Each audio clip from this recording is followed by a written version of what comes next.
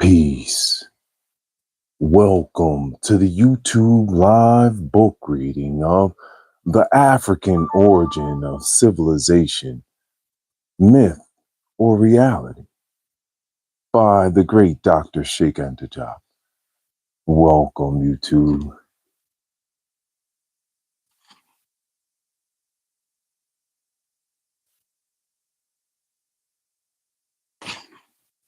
It's the peaceful part of YouTube where we read books and learn from masters. So we pick up in the third chapter, down at the bottom of page 69. Modern falsification of history. I'm your moderator and narrator, Uriel. Peace and welcome. Thank you for being here. This live reading. Here we go.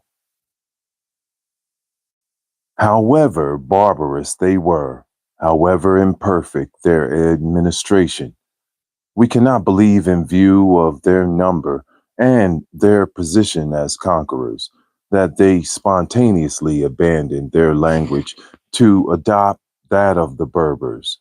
No Latin text indicates this. Usually, social relations are much more complex, and that complexity is reflected in linguistics. Even when a language disappears, it reacts on the victorious tongue by transforming it, and the latter no longer remains exactly what it was before. Thus, it is hard to understand how a modern Berber can be free from any Vandal influence. Even harder to understand is that the modern Berber is not a descendant of the Vandals, especially when he has blue eyes and blonde hair. Ibn Khaldun's treatise on the Berber is merely a series of undocumented quotations. The fact that there are no Berber in Egypt, except imaginary ones, that there are scarcely any in Tunisia, and that their number increases from east to west to reach its maximum in Morocco, seems to confirm the hypothesis of the Vandal origin.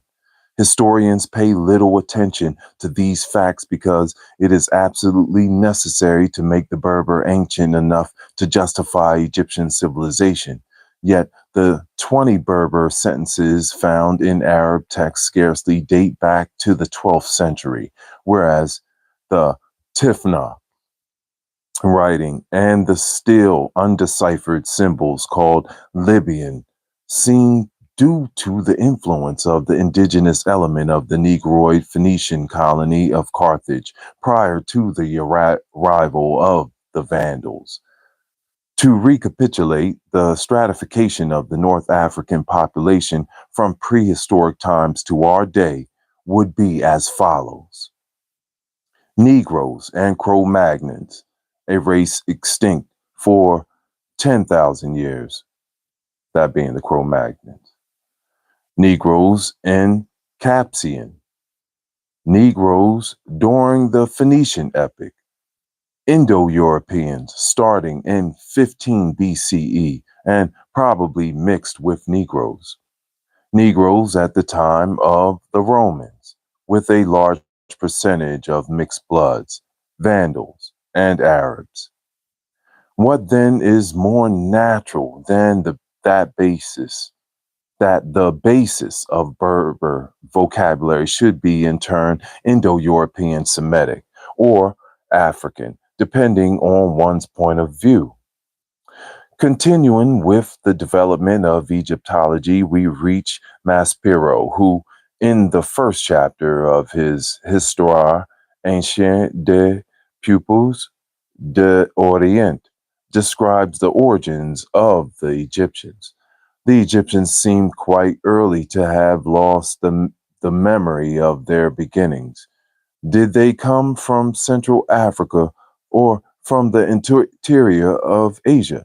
According to the almost unanimous testimony of the ancient historians, they belong to an African race which first established in Ethiopia on the Middle Nile, gradually came down toward the sea, following the course of the river. To demonstrate this, one relied on the evident analogies between the customs and religion of the kingdom of Meroe and the customs and religion of the Egyptians proper. Today, we know beyond the shadow of a doubt that Ethiopia, at least the Ethiopia known by the Greeks, far from having colonized Egypt, was itself colonized by Egypt, starting with the 12th dynasty, and was for centuries included in the kingdom of the pharaohs.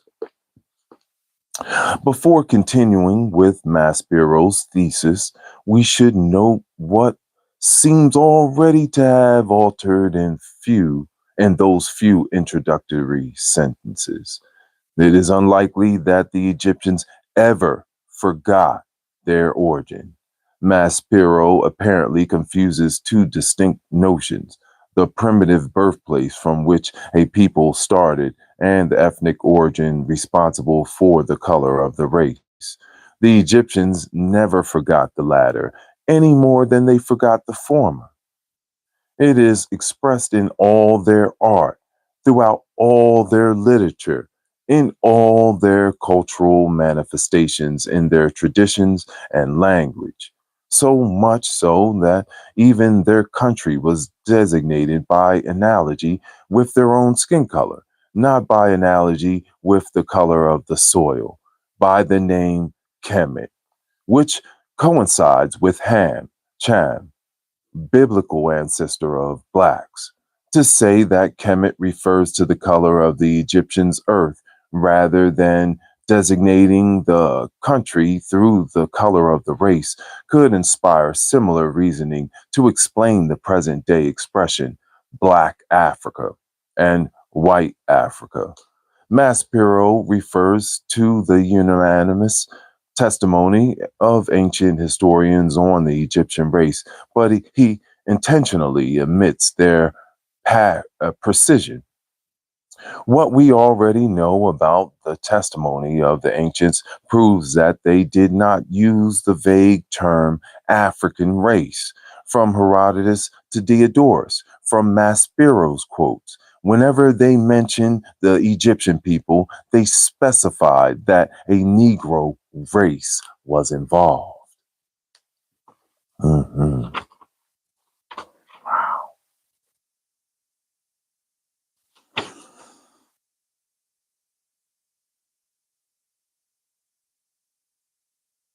Here, we can trace the evolution of the gradual alterations of facts in textbooks that will mold the opinion of high school and university students.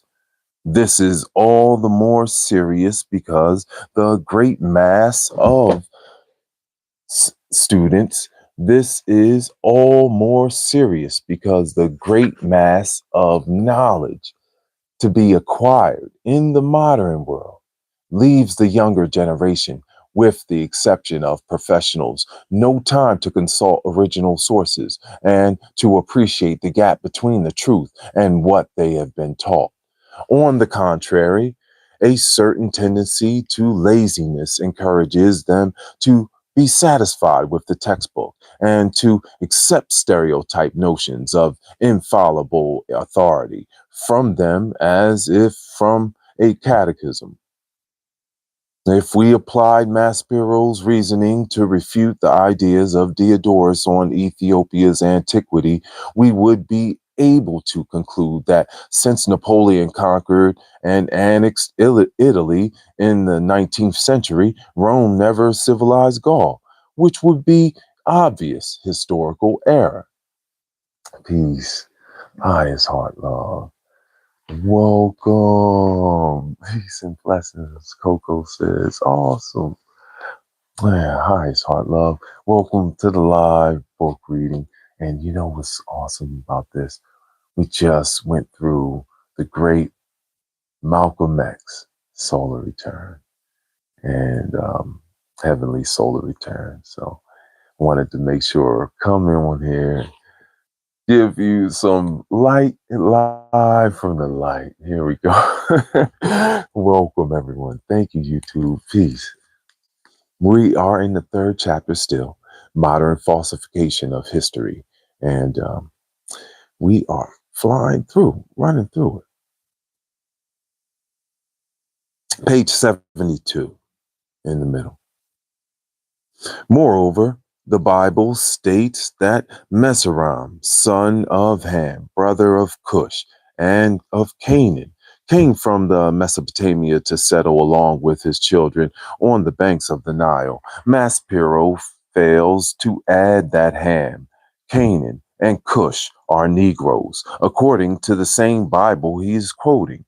This means once again that Egypt, Ham, Meshulam, Ethiopia, Cush, Palestine, and Phoenicia before the Jews and Syrians, or Canaan, Arabia, Felix before the Arabs, Pout, Havilah, Saba, were all occupied by Negroes who had created civilizations thousands of years old in those regions and had maintained family relationships.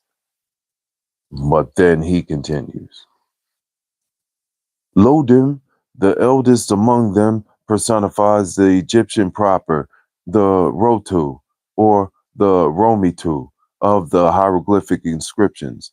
Anamim represents the great tribe of the Anu, who founded on the north Heliopolis, and on of the south Hermonthis in prehistoric times. Lahabim is the Libyan people living west of the Nile. Naphetuim settled in the delta, south of Memphis. Finally, Pathrusim, or Pathrusi, land of the south, inhabits present-day Said, between Memphis and the First Cataract.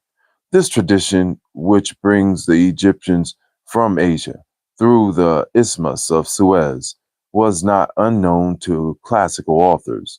Pliny the Elder attributes the founding of Heliopolis to Arabs, but it was never so popular as the opinion that they came from the high plateaus of Ethiopia. This identification is more or less unfounded.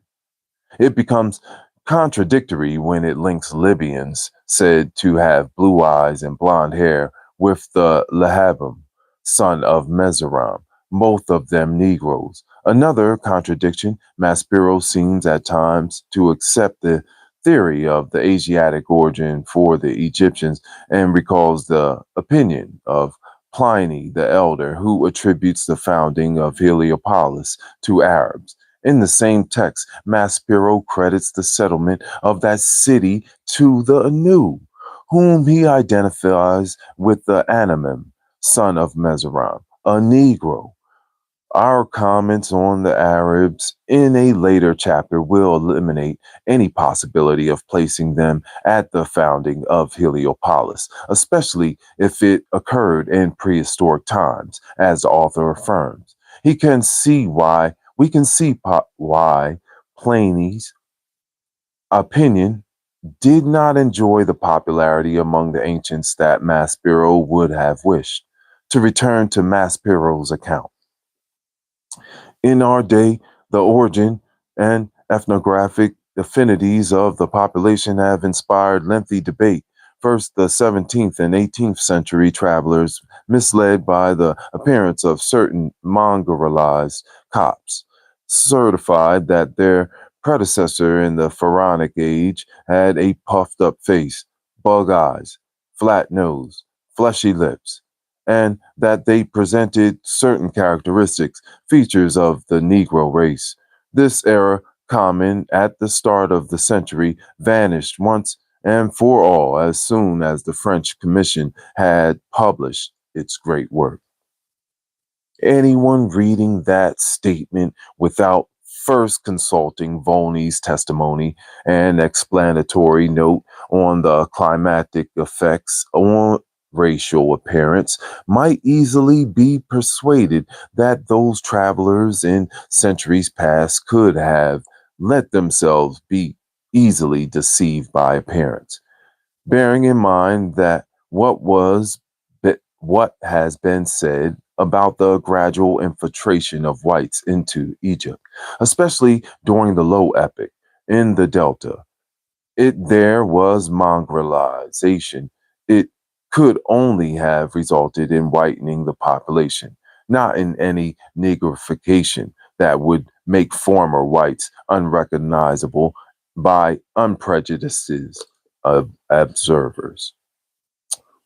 Let us see how, if we are to believe Maspero, that common era vanished once and for all after the publication of the great work by the Frenchman Commission.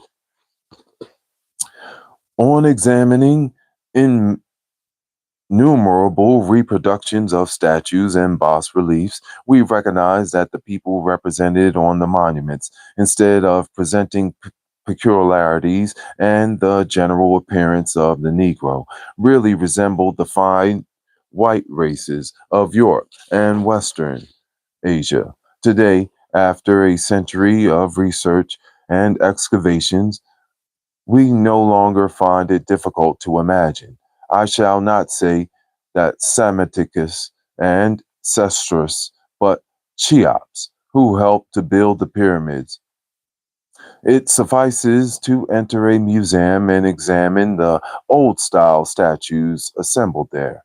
At first glance, we feel that the artist has sought to reproduce an exact likeness in the accurate portrayal of head and limbs. Then, brushing aside the nuances proper to each individual, we easily detect the general character and principal types of the race. One of them, thick set and heavy, corresponds quite well to one of the prevalent types among the modern fellas. Another, depicting members of the upper class, shows us a man tall and slender, with broad, muscular shoulders, well developed chest, sinewy arms, small hands, slim hips, thin legs. The anatomical details of his knee and calf muscles stand out, as is the case with most people who walk a lot. His feet are long, narrow, flattened at the end by habitually walking without shoes. His head, often too heavy for his body, expresses kindness and instinctive sadness. His brow is square, perhaps somewhat low, his nose short and fleshy. His eyes are large and open wide, his cheeks round, his lips thick but not everted, his mouth stretched a bit too far, retains a resigned and almost painful smile. These features, common to most of the statues of the Old and Middle Empire, persist through all the epics, the monuments of the 18th dynasty, so inferior in artistic beauty to those of the old dynasties, transmit the primitive type without appreciable alteration.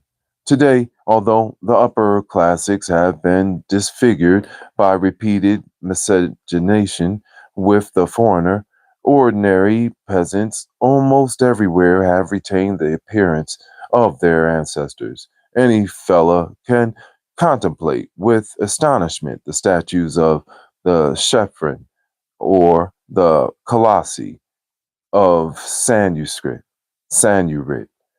transporting across Cairo, after more than 4,000 years of existence, the physiognomy of those old pharaohs.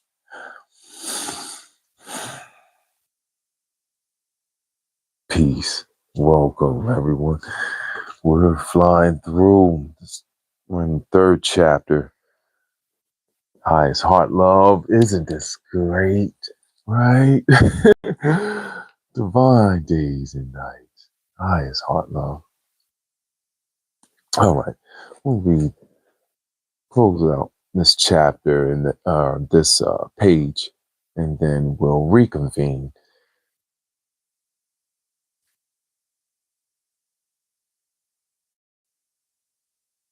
Such is the hub of Maspero's demonstration.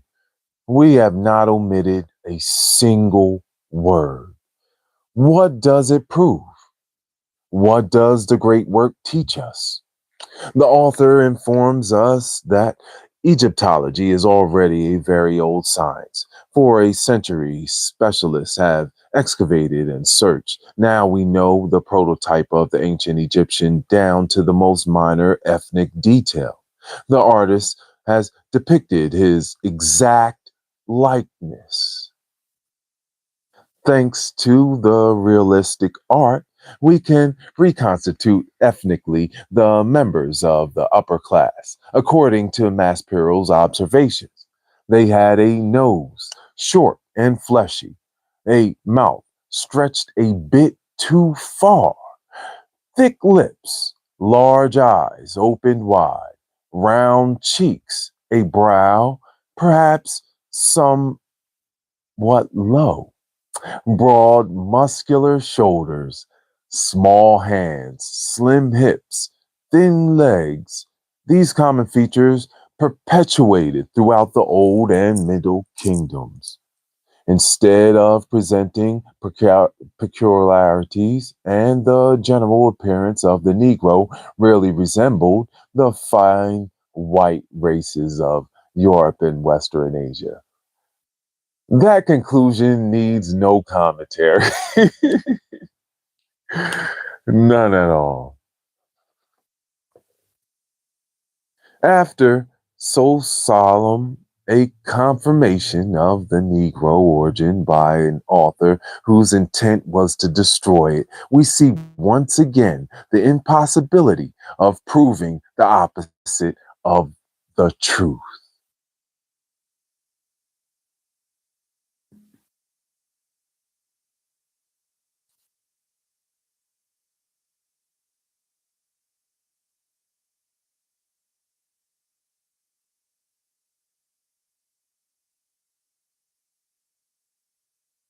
Proved it again using their own words.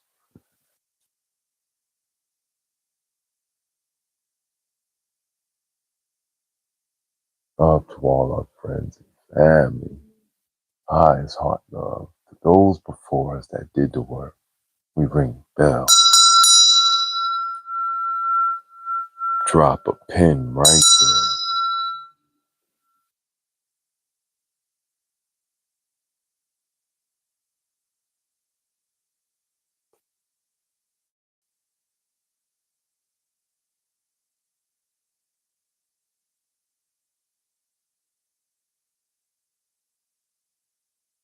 Gaston Maspero, who became in 1889 the director of the Cairo Museum, was a scholar to whom we are indebted for several translations of Egyptian texts. He had the technical preparation necessary for establishing all that was demonstrable. His failure, despite that knowledge, like the failure of scholars who tackled this problem before or after him, constitutes, as it were, the most solid, if unintentional, proof of the Negro origin. We'll pause right here. Continue back.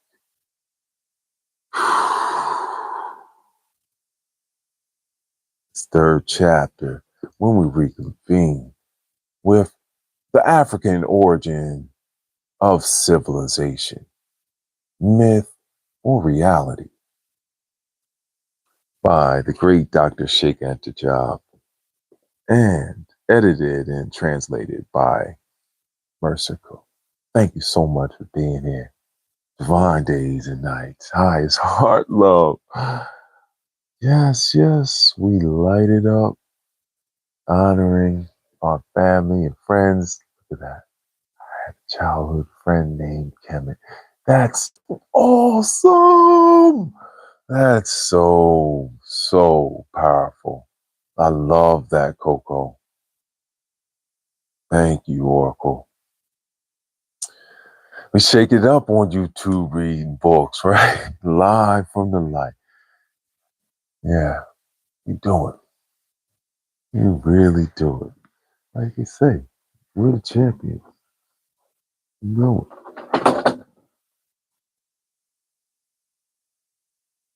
We're the champions. Book reading. Live from the light. I want you to have a wonderful day. Let's light it up. Honor all our friends and family with a glass of love water. Right? Shining our light out in the world. Let's go outside. Complete work. I got a great seminar tomorrow teaching people about self-healing and the harmonic vibrational manual. It's going to be a nice forum. Can't wait. Love to all the solar returns, all those in our lives, all that keep the light shining, that inspire us, and all that have risen and elevated to the next level. Thank you for guiding us while you were here. Highest heart love. I love you. Mm. I love you. I love you. I love you. I love you.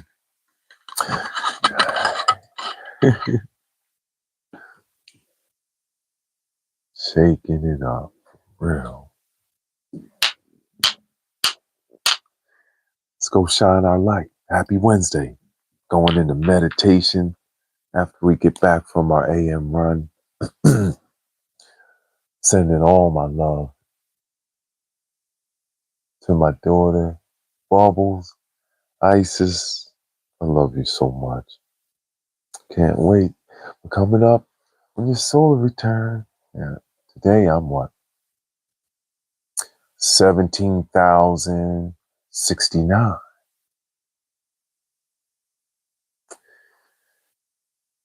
Ay, ay, ay, ay, ay. Love, love, love, love, love you. Ay, ay, ay, ay, ay, ay, ay, ay. Love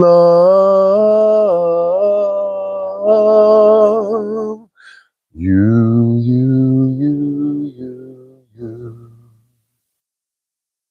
You know, because I love myself. Have a wonderful day. I'll talk to you soon. Peace, peace.